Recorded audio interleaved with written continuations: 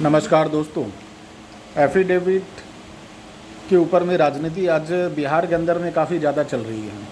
और शुरुआत अगर बोला जाए तो प्रशांत किशोर जी के द्वारा सम्राट चौधरी के ऊपर में लगाए हुए आरोपों के आधार पर हुआ है, जिसमें ये कहा गया है कि सम्राट चौधरी ने जितनी भी इलेक्शंस लड़े हैं और सभी में उन्होंने जो एफिडेविट दिए हैं उसमें उन्होंने अपना किसी में अपना डेट ऑफ बर्थ का, किसी में अपने एजुकेशंस का, किसी में अपने क्रिमिनल बैकग्राउंड या चार्जेस के बारे में गलत जानकारी जानबूझकर उपलब्ध कराया है। तो सबसे पहले तो हम ये जानते हैं कि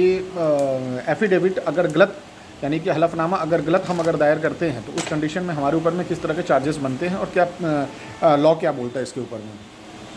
अगर कोई भी व्यक्ति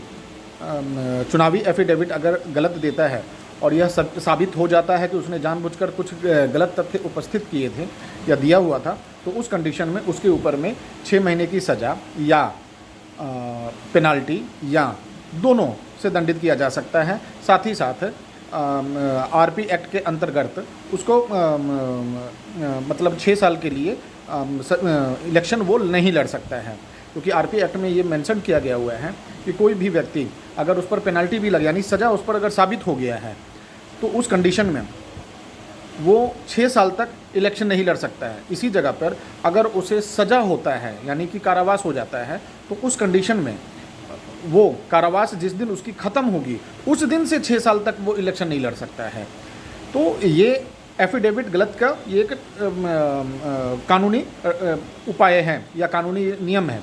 अब आ जाते हैं कि सम्राट चौधरी के ऊपर में जो आरोप लगे हैं उस पर सम्राट चौधरी जी का क्या स्टैंड होना चाहिए और या जनता क्या उनसे अपेक्षा करती है। तो सबसे पहले सम्राट चौधरी जी को इस बात का जवाब देना चाहिए कि क्या अगर उनके पास जितने भी आरोप लगाए गए हैं उनके ऊपर में अगर उनके पास किसी भी तरह का जवाब है और तथ्यात्मक जवाब है, डॉक्यूमेंट के आधार पर अगर जो भी उनके पास प्रूफ है वो साबित करे, जनता के सामने में भी प्रेजेंट करे और साथ ही साथ अगर उनके पास सारे तथ्य सबूत अवेलेबल हैं तो फिर प्रशांत किशोर के ऊपर में डिफेमेशन का केस करे, मानहानि का दावा करे उनके ऊपर में। और अगर नहीं है तो क्या उन्होंने जनता से झूठ बोला, क्या उन्होंने गलत किया, क्या उन्होंने गलत एफिडेविट किया था, क्या ये एक स्वच्छ राजनीति के लिए सही है। तो इसका जवाब सम्राट चौधरी जी को ज़रूर देना चाहिए। अब सवाल हो गया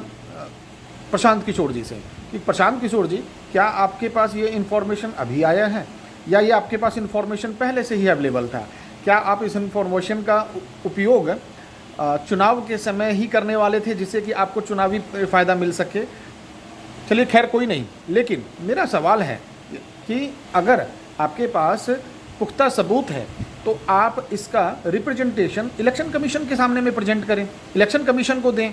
साथ ही साथ आप पुलिस कंप्लेंट डालें कि इन्होंने गलत एफिडेविट दिया है और हाई कोर्ट में केस करें जिससे कि इनके ऊपर में सज़ा का एक कार्रवाई हो सके और ये जो ट्रायल चलेगा जिसके आधार पर इनके ऊपर में अगर सज़ा डिसाइड होता है तो इनकी राजनीतिक कैरियर में जो भी एक कानूनी तौर पे जो दिया गया है सज़ा का प्रावधान वो इनके ऊपर में लागू हो जाएंगे। तो मेरा ये कहना है कि चुनावी सिर्फ खेल खेलने से ज़्यादा अच्छा है और या मीडिया हाइप, कहीं ऐसा तो नहीं है कि प्रशांत जी आपने मीडिया हाइप के लिए ये सब किया है। अगर सिर्फ मीडिया हाइप के लिए आपने किया है तब तो ये गलत बात है, तब तो फिर आप में और बाकियों में कोई अंतर नहीं है। लेकिन अगर आप एक सच्चे तरीके से अगर बिहार की जनता या राजनीति को बदलना चाहते हैं और एक नए स्टेप से काम करना चाहते हैं तो मेरे ख्याल से आपको इसे कानूनी तौर पे भी आगे बढ़ाना चाहिए और सिर्फ मीडिया हाइप नहीं करना चाहिए। नमस्कार।